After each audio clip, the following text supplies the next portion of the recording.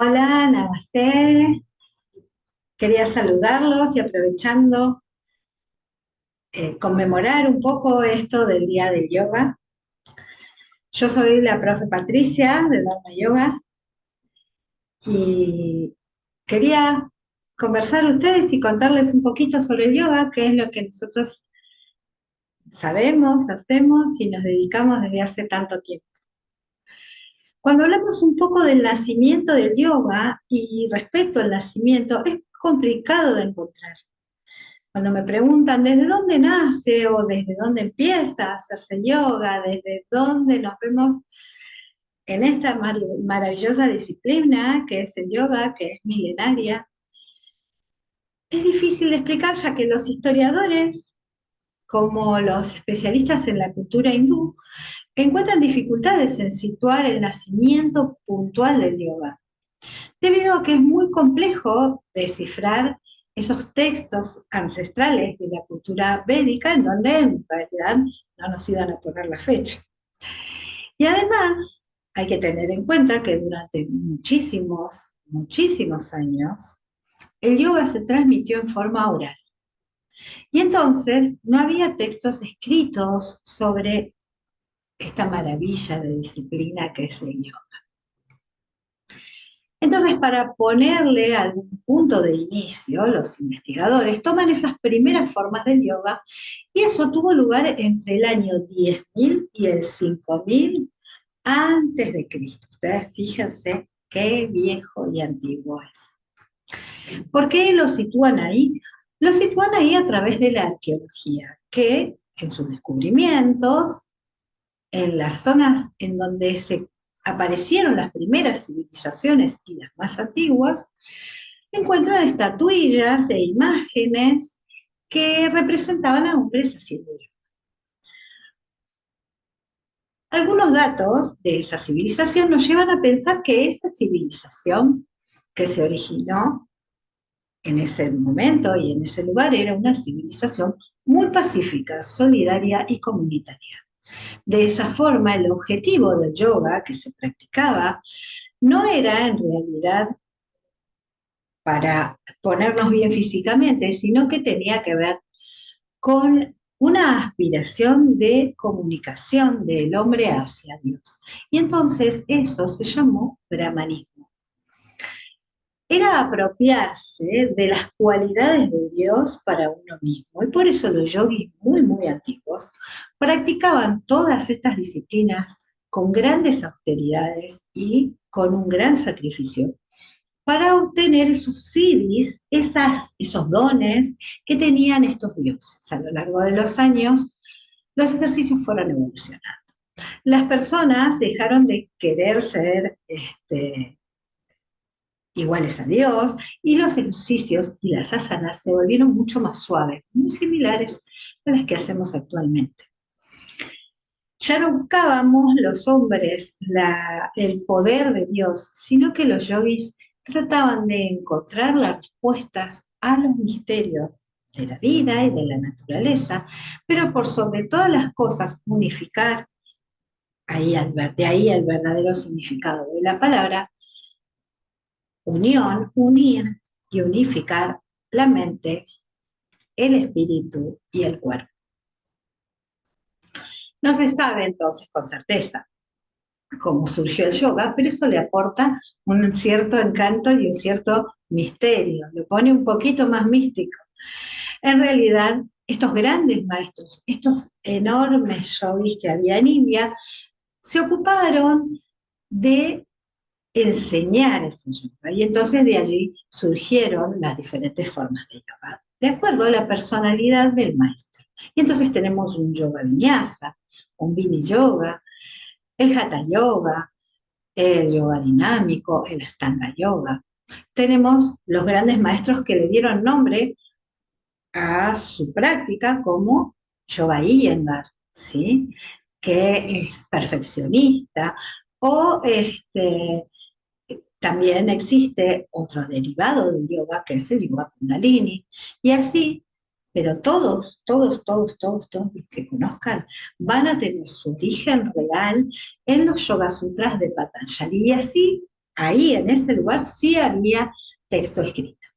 ¿Sí? Este señor, este sabio, Patanjali, recopiló todas esas enseñanzas que se daban del yoga, escritas, muy antiguo, obviamente, en sutras. Esos sutras son versos.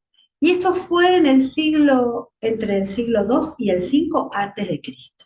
Y entonces desde ahí ya hay un yoga escrito. Estos aforismos eran los que enseñaban, pero también aprendían esos maestros y los interpretaban cada uno de acuerdo a su conocimiento y a sus previos maestros. Entonces se empieza a hablar de ese linaje que vamos tomando de a poquito las diferentes escuelas. Entonces, tenemos que, no importa de qué escuela vengas, siempre recordar el objetivo fundamental del yoga, que es la unión. ¿Sí? Y esos grandes yogis, llegados ya en finales del siglo XIX y siglo XX, distribuyeron el yoga por todo el mundo. ¿Sí? Es un gran don hacia la humanidad, lo trajeron a Estados Unidos a través de Swami Vivekananda y Yogananda a principios del siglo XX. Y entonces desde ahí se empezó a distribuir para llegar hasta aquí. Eso es una pequeñísima síntesis de lo que sería la transmisión del yoga y su origen. ¿Sí? Pero también detrás de esto, y ustedes, los que ya me conocen, saben cómo me encanta esto de aprender a través de la mitología y de las historias de la mitología hindú, que es tan rica y preciosa. Y entonces desde allí hay otra historia, y entonces ahora se les voy a contar. Se dice que el primer y único maestro del yoga y conocedor de todo el yoga es el dios Shiva. Shiva transmitió el yoga y desde ahí se distribuyó a los hombres. ¿De qué manera? Resulta que Parvati, la esposa de Shiva, estaba triste pensando en el sufrimiento y le pide a su marido que le enseñe todo el conocimiento para detener el sufrimiento. El marido, Shiva, le dice que sí, que sin duda le iba a dar ese conocimiento, pero que era un conocimiento muy preciado y muy profundo y que les iba a llevar mucho tiempo, y entonces deciden retirarse a una caverna en el fondo del mar en donde Shiva le enseña el yoga a Parvati. De esa manera pasa el tiempo y Parvati era una alumna súper aplicada y va aprendiendo todos los textos y todas las asanas que existen. En el fondo de esa caverna que estaba en el mar, un pez observaba. Y mientras observaba, practicaba y aprendía a la par de Parvati. Entonces, en ese momento, y cuando Shiva, así se dice, estaba haciendo la última de las asanas, una asana que todos los practicantes de yoga conocemos, Ardha Matsyendrasana. Shiva gira en esta torsión y cuando gira observa que en el fondo este pez estaba haciendo exactamente lo mismo. Asombradísimo, Shiva se da vuelta y lo nombra Matsyendra. Matsya, que quiere decir pez, y al ponerle Matsyendra lo nombra como el rey de los peces. Al nombrarlo como el rey de los peces y terminar su última asana, Matsya se transforma en Matsyendra, nombrado por Shiva, y se transforma de pez a hombre. Pero no cualquier hombre. Se transforma en un hombre sabio. Desde allí sale del mar y es el primer rishi, el primer maestro que pisa la tierra y empieza a distribuir y a enseñar el yoga. Por eso, ustedes imagínense, en este día tan especial para nosotros, los yogis, ¿quién es Matsyendra? Matsyendra es el primer rishi que enseña yoga. Y evolucionó haciendo yoga de pez a sabio. Imagínense ustedes todo lo que el yoga tiene para hacer con nosotros.